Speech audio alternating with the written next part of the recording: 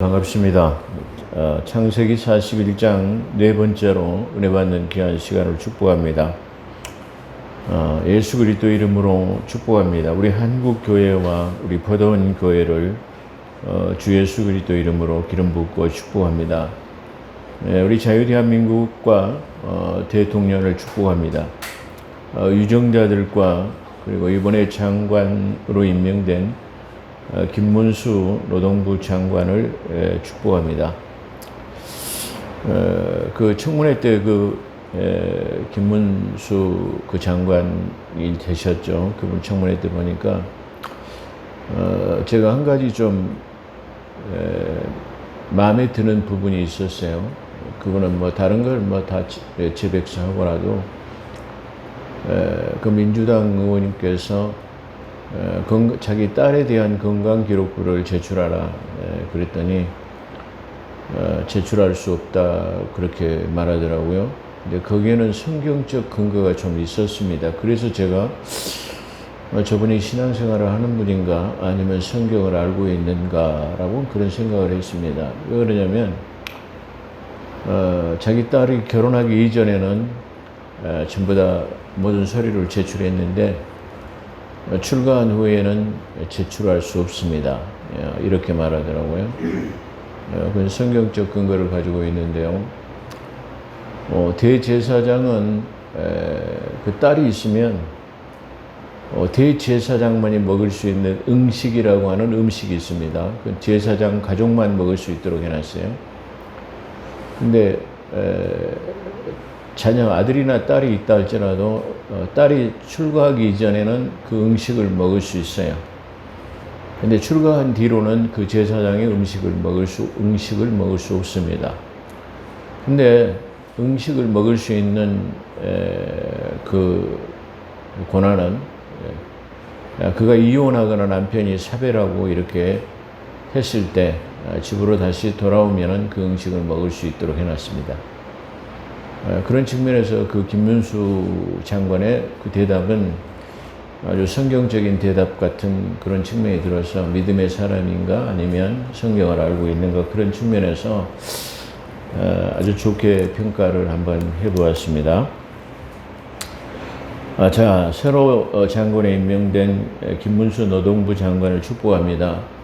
어지러운 우리 한국의 노동계를 잘 바로잡아 주셔서 노동자의 인권도 확립하고 또 그 사도 고용주들도 좋은 환경에서 기업을 할 수 있고 또 정부도 노사정 간의 관계가 잘 이루어져서 정말로 우리나라가 노동계에 잘 사는 국가 민족이 되어졌으면 좋겠습니다. 자, 오늘 또 앞서 예고한 대로 축도에 대해서 말씀드립니다.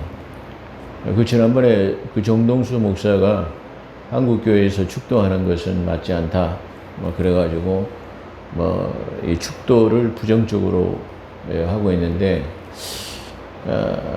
제가 앞전에 말씀드린 것처럼, 그분이 성경을 좀 아는 분인가 그런 걱정이 돼요.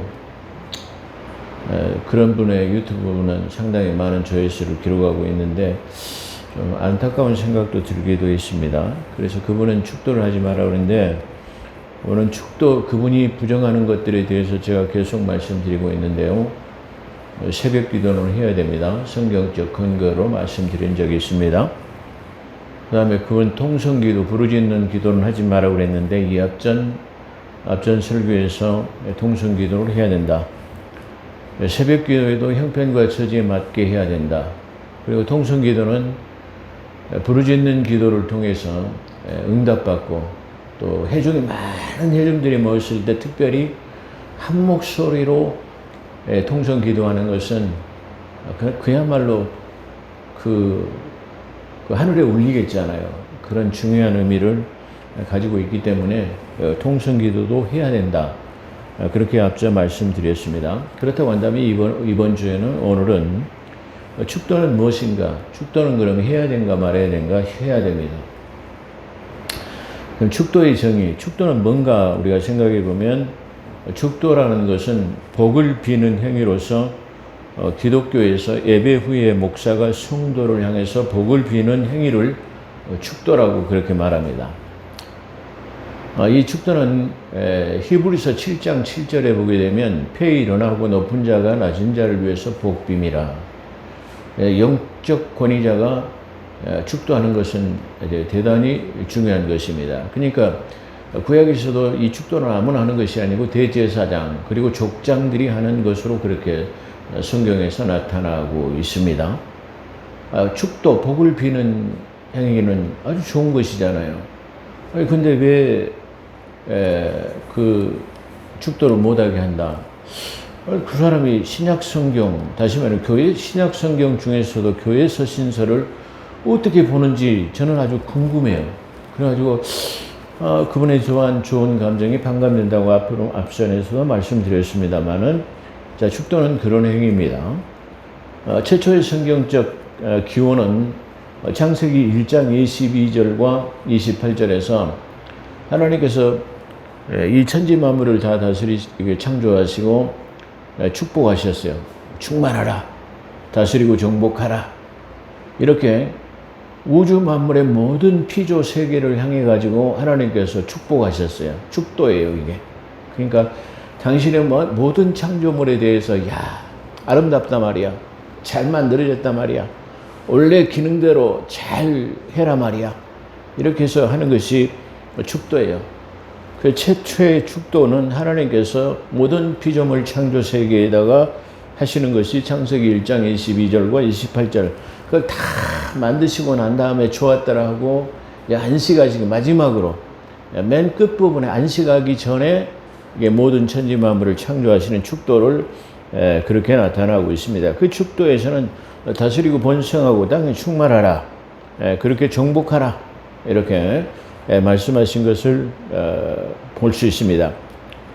그래서 하나님께서도 천지 만물을 창조, 인간을 향해서 축도하셨습니다.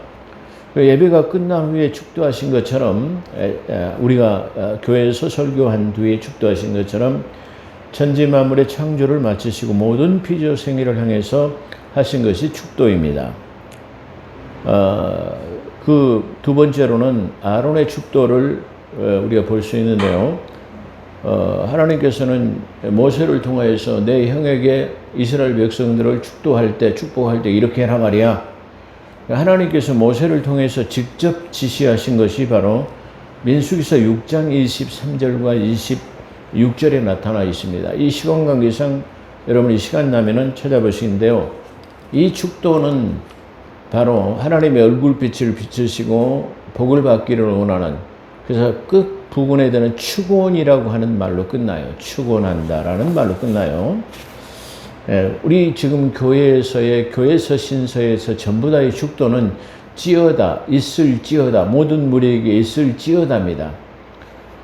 축원합니다라는 이 축도는 오늘날 교회 시대의 그리스도인들에게 향하는 축도는 맞지 않습니다. 왜 그러냐면은 교회 서신서에 나타나는 모든 축도는 있을지어다라고 그렇게 나타나고 있습니다. 자, 근데 축원이라는 말은 이 아론의 축도는 유대 종교에서 행해지는 것으로서 특별히 개신교인 루터교회에서 행해지고 있는 그런 축도입니다. 이 축도는 개신교라고 하는, 프로테스탄트라고 하는 저 가톨릭에서 떨어져 나온 루터 종교에서 향하는 그런 축도라 그렇게 말해요. 축원이라는 말은 바로 민수기서 6장 23절에 근거하는 기도는 바로 그런 것이다, 그렇게 말씀드릴 수 있어요. 자, 그래서 이 지금 축원이라는 말은 바로 유대 종교의 아론의 축도와 또 프로테스탄트 이 개신교 목사들에게서 나타나는 것인데요.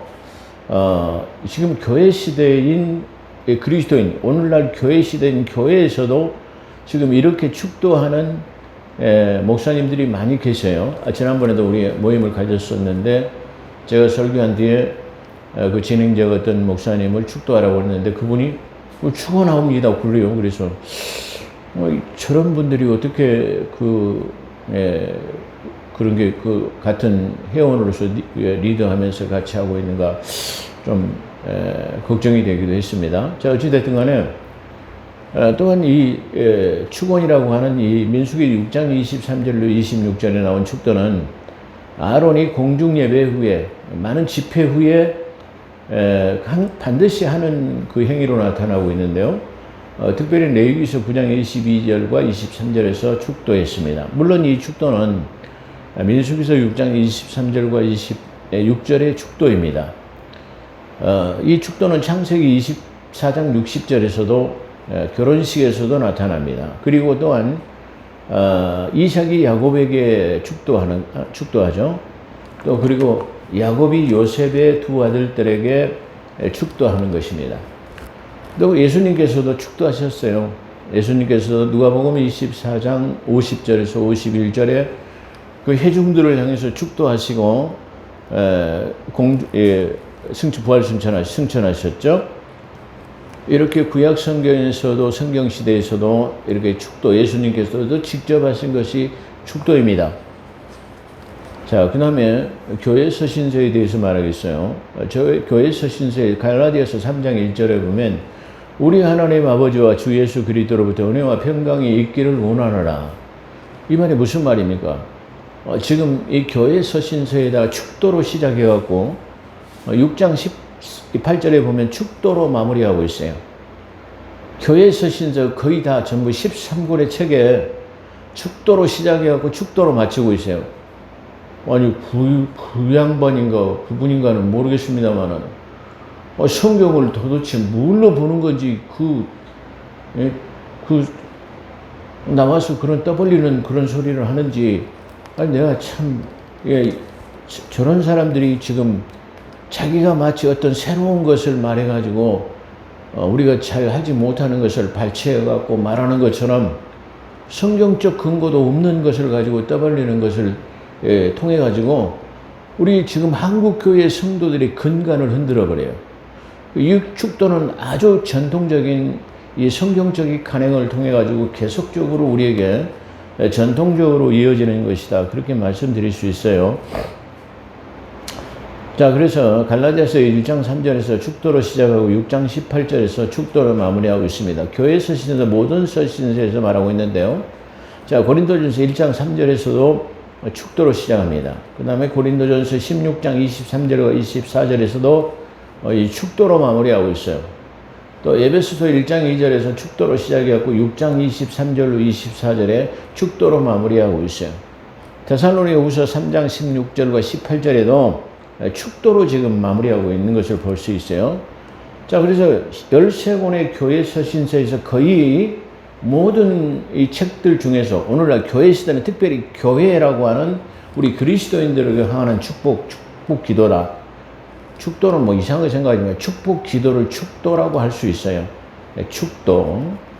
자, 그래서 마지막에 보면 고린도후서 13장 13절에서는 축도의 원형을 지금 말하고 있어요.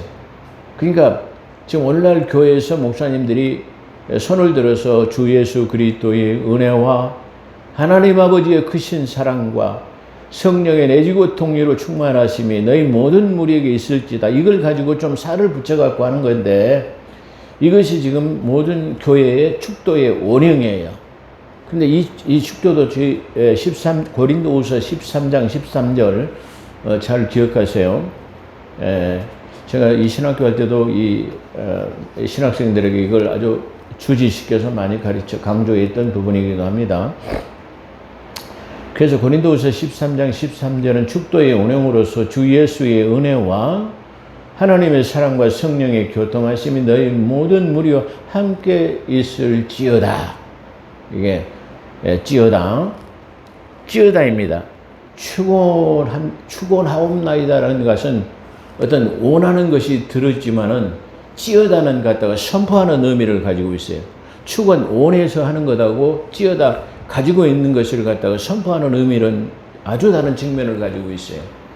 그렇기 때문에 여기 우리가 있을지어다라고 선포하는 것하고 축원에 원하는 것하고는 아주 다른, 물론 같은 의미일 수도 있지만 뉘앙스는 전혀 다르다, 그렇게 말할 수 있습니다.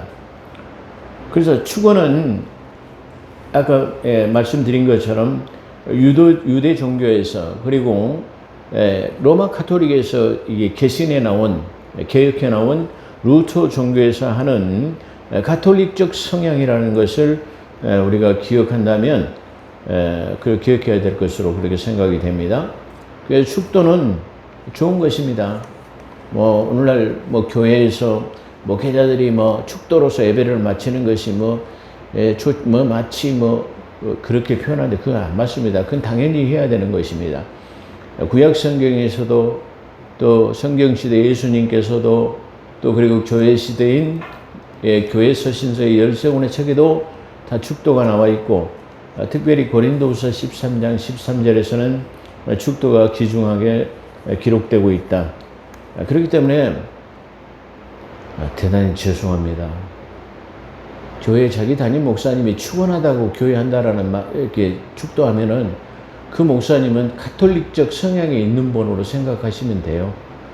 그리고 성경적 근거를 갖다 제시하시고 목사님 어떤 유튜브 방송을 보니까 목사님이 축도를 고린도후서 13장 13절을 가지고 축도하는 것이고 축원은 유대 종교에서 가톨릭 성향을 가지고 있는 루터 교회에서 하는 것이라고 한데 어떻게 된 겁니까? 라고 한 번쯤 이게 문의를 해도 상담을 하셔도 좋다. 그렇게 생각해 볼 수 있을 것입니다. 자, 오늘은 축도에 대해서 말씀드렸습니다. 자, 본문으로 은혜 받는 귀한 시간으로 축복합니다. 자, 이집트 왕 파라오 앞에서 파라오 앞에 그 이름이 개명되었는데 샤브넷 바네아라는 이름으로 개명되었습니다. 이 이름은 하나님의 이 앞전에도 말씀드린 것처럼 이 샤브넷 바네아라는 이름은 하나님의 은밀한 것을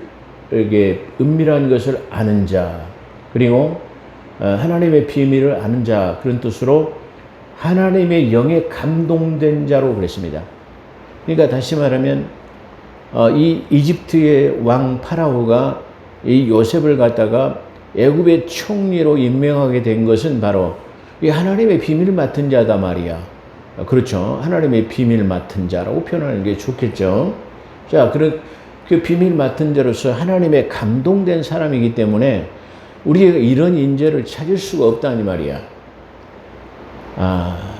지금 아까 서두에 말씀드렸습니다만은 김문서라는 사람이 그런 측면에서 성경적 근거를 가지고 말했기 때문에 제가 볼 때는 인재로 보는 거예요.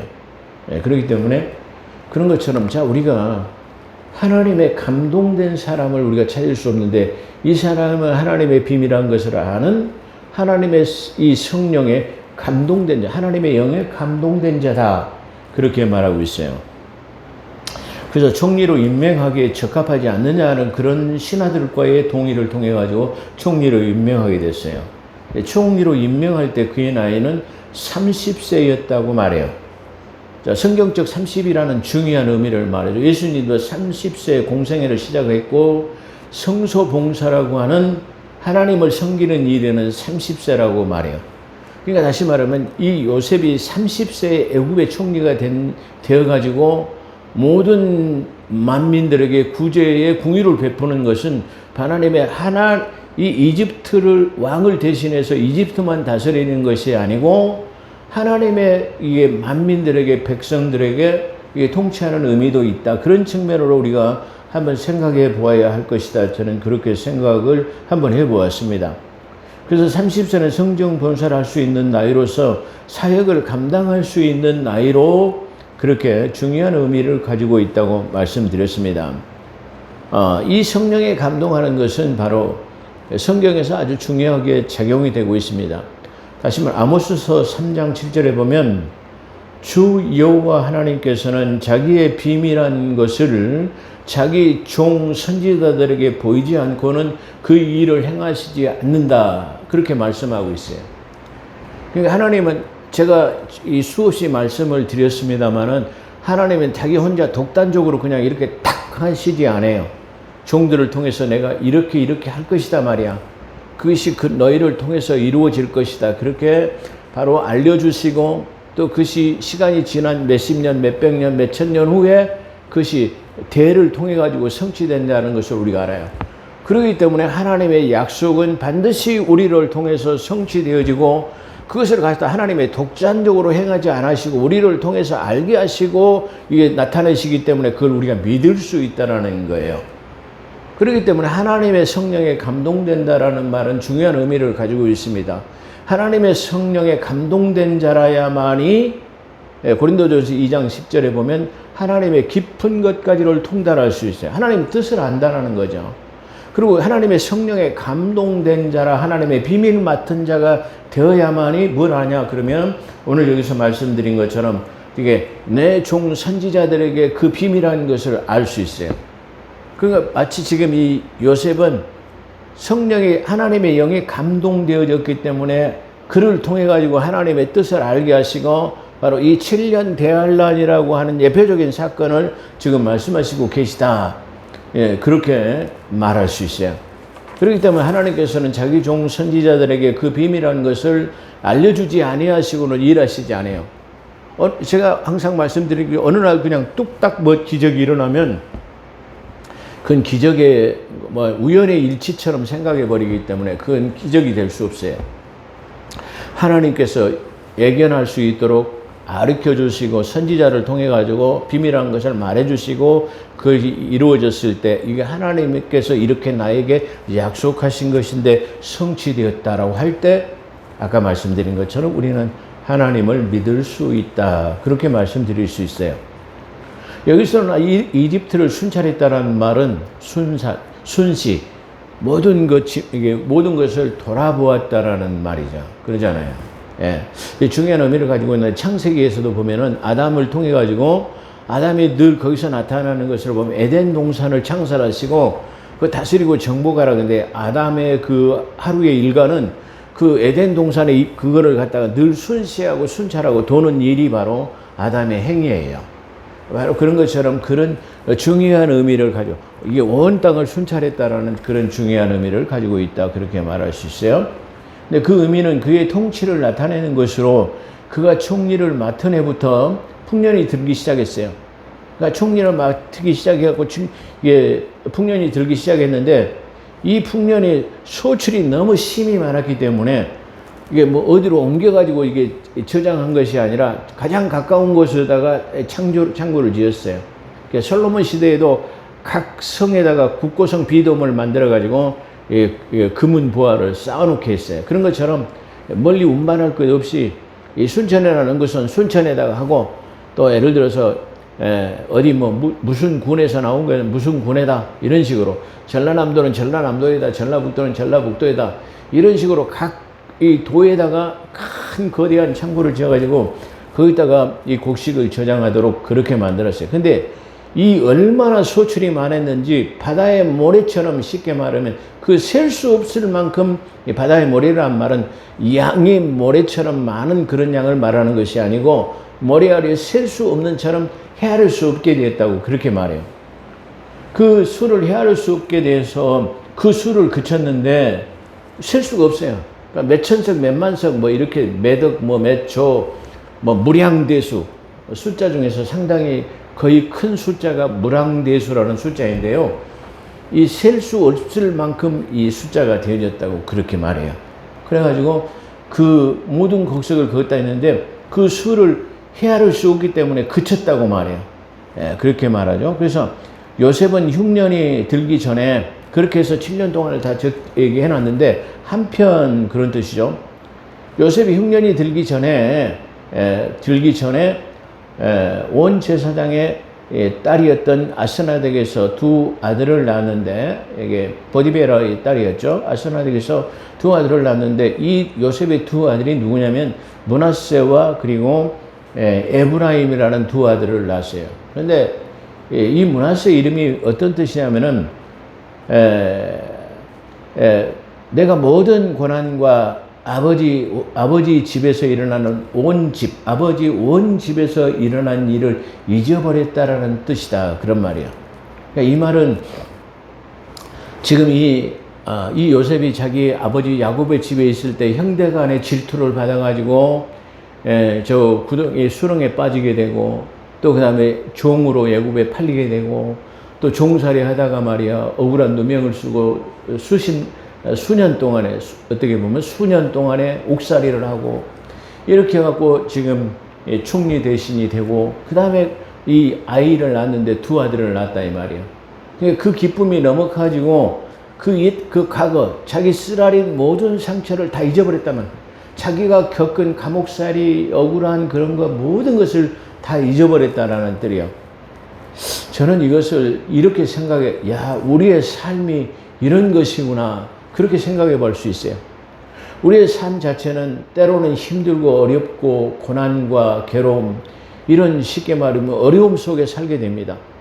그러나 마침내 우리가 우리 주님 앞에 섰을 때 호련히 부활을 하게 되고 그 기쁨, 그리고 그 영원히 소유할 수 있는 천국을 유업으로 물려받을 때에 그 광경이 너무나 영화롭기 때문에 우리가 이 땅에서의 겪었던 그런 고난과 시련과 역경, 그런 어려운 것은 이게 그렇게 아주 적은 것이었구나, 이게 그렇게 생각해 볼 수 있다, 그런 측면이에요.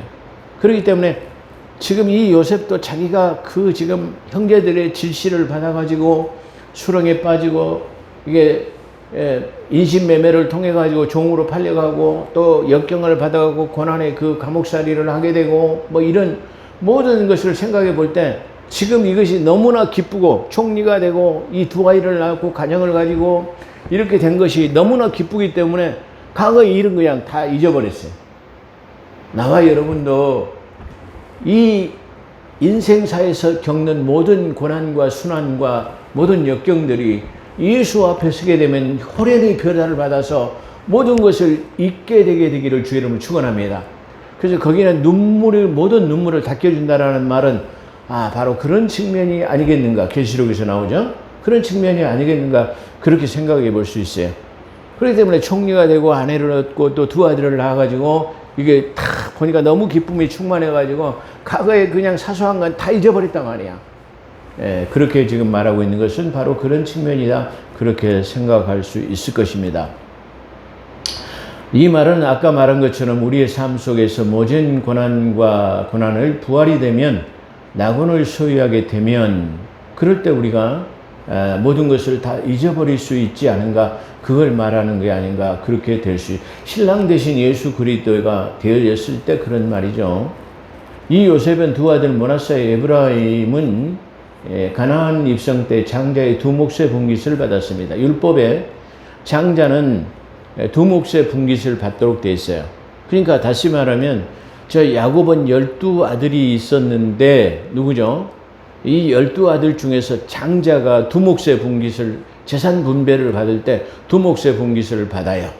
근데 이 야곱의 장자는 누구였냐 그러면 이 루벤이라고 하는 아들이 장자였어요. 근데 이 지금 요셉은 11번째 아들이었어요. 12번째는 베냐민이죠. 그런데 이 요셉이 11번째 아들이 장자의 명분을 이어받았어요. 왜 그러냐 그러면 바로 이 루벤이라고 하는 사람이 자기 아버지의 침상에 올랐었기 때문이라고 그래가지고 장자의 명분에서 그가 벗어나게 됐어요. 그러니까 다시 말하면 이 에서도 역시 장자였는데 바로 자기 동생 이게 야곱에게 팥죽한 거로 해서 장자 명분을 팔아버렸어요. 그래가지고 에서가 두 몫의 분깃을 받아야 되는데 그 장자권 축도권을 받지 못하고 누가 이게 야곱이 받아버렸어요. 그런 것처럼 지금 이 루벤도 두 몫의 분깃을 받아야 되는데 그 아버지 침상에 올름으로 인해 가지고 장자의 명분에서 벗어나게 됐어요. 그래서 장자의 명분은 두 번째 아들이 그걸 물려받아야 했는데 영적 질서상 바로 가장 이 명석한 바로 총리를 지낸 누구가 받았냐면은 이 야곱이 족장으로서의 이 가업을 누구한테 받았냐? 다시 말하면 야곱으로부터의 족장의 승계가 후계자가 누가 됐냐 그러면 바로 가장 명석했던 이 요셉이었다, 그런 말이에요. 그래서 요셉이 두 몫의 분깃을 받았기 때문에 요셉의 두 아들이 다 가나안 땅에 들어갔다, 그런 말이에요. 그래서 에브라임과 므낫세라고 하는, 므낫세와 에브라임이라고 하는 두 지파가 젖과 꿀이 흐르는 가나안 땅에 들어갔다라는 그런 의미의 두 몫의 분깃을 받았다는 말이죠. 그래서 야곱의 장자는 누벤이었으나 그의 아비의 침상에 오르게, 역대상 5장 2절이죠. 장자의 분깃은 요셉에게로, 그리고 그리스도의 혈통은 믿음의 계보를 통한 유다를 통해 가지고 유다와 다말을 통해 가지고 우리가 창세기 38장 계대법이라고 하는 거기서 다말의 소생을 통해서 베레스와 세라를 통해서 그리스도의 계보가 이어졌다라는 것을 우리가 앞전에 공부한 적이 있습니다. 자, 그 창세기 38장 계대법에 말씀드렸고요. 자, 7년 후에 온 땅에 기근이 들었어요. 그냥 7년 동안 대풍년이 들고 7년 후에 대근이 됐어요. 자, 이 7년의 대환란은 바로 전무후무한 기근을 가져오는 대환란이에요. 다시 말하면 오늘날 그렇다고 한다면 제가 이 앞전에도 말씀을 드렸습니다만은 오늘날 이 시대를 살아나가는 사람들은 7년 대환란을 예비해야 되느냐? 물론 우리는 예수 그리스도를 나의 구주로 믿어 그의 핏값으로 구속함을 입은 사람들은 공중들림을 받기 때문에 7년 대환란이라고 환란을 겪지 않아요. 그렇지만 우리가 이것을 공부하고 우리가 배워놓는 이유는 만약에 다시 말하면 우리가 공중들림 받지 못하면은 겪어야 할 것이 있는데 그건 7년 대환란이라고 하는 아주 극심한 전에도 없었고 후에도 없는 그런 대환란을 우리가 겪어야 되기 때문에 그렇습니다. 그렇기 때문에 여기서 우리는 7년 대환란을 우리는 공부해야 하는 것이고 우리가 믿음의 구원의 확신이 있다고 한다면 이 7년 대환란은 우리가 예비하지 않아도 기름 등불이라고 하는 다시 오심을 통해 가지고 우리가 준비되어지면 될 것이다. 그렇게 생각해 볼 수 있어요. 자, 이 대환란 때 지금 우리가 보게 되면 기근을 당해 가지고 양식이 없는 사람이 누구에게로 갑니까? 바로 요셉이라고 하는, 제가 언젠가 말씀드린 게 있지만 요셉은 예수 그리스도의 여러 가지 유형을 가지고 있다고 말씀드렸는데 아까 온 땅의 통치자 예수 그리스도의 유형이죠. 바로 이 7년 대환란 때 누구에게 양식을 구해야 되냐 그러면 감추었던 만나를 우리에게 주신 것처럼 다시 말하면 구원받은 그때도 공중들림을 받지 못했다고 하지만은 저 유대인들은 바로 페트라라고 하는 예수 그리스도에게 다시 말하면 피하는 자들에게는 감추었던 만나를 주는 것이 있습니다. 그렇기 때문에 우리가 그때 기근 때도 누구를 의지해야 되느냐? 오직 예수 그리스도를 의지함으로 말미암아 그에게 피하는 자에게 구원을 얻을 수 있다라는 것을 오늘 우리에게 말씀해 주고 있다. 그렇게 말씀드릴 수 있습니다. 그러므로 말미암아 우리는 환난 때가 됐든 그렇지 못한 때가 됐든 우리는 예수 그리스도가 우리의 삶의 전부인 것을 우리가 늘 시인하는 삶이 되어져야 한다는 것을 우리에게 말씀해 주고 있는 것이다. 그렇게 말씀드릴 수 있습니다. 기도하겠습니다. 거룩하시고 자비로우신 하나님, 오늘 창세기 41장 네 번째로 마지막으로 마쳤습니다. 이제 42장을 대할 때도 하나님의 깊은 것 비밀 맡은 자로서 우리가 깨닫는 은혜를 우리에게 허락하시사 그 말씀에 순종하며 살아가는 복된 삶이 되게 도와주시옵기를 간절히 바라고 원합니다. 오늘도 함께 하신 것 감사하며 우리 구주 예수 그리스도 이름으로 감사기도 드리옵나이다.